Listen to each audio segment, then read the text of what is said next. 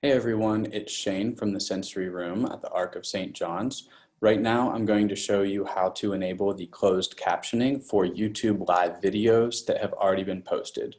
Unfortunately, the closed captioning feature is not available real time during live, but we will leave copies of them in our library for you to use this feature and for anyone else to be able to access anytime. So right now I'm going to share my screen with you and walk you through this. This is able to be done on your computer, on your smartphone, and smart TVs, and the process is the same. I know everyone already follows our channel, ADT Curriculum, to make this easier, so if you don't, you definitely should.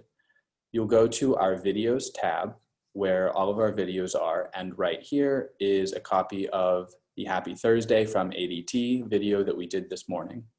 So you'll want to access that, and you'll go down here to the closed captioning option and you will just select it.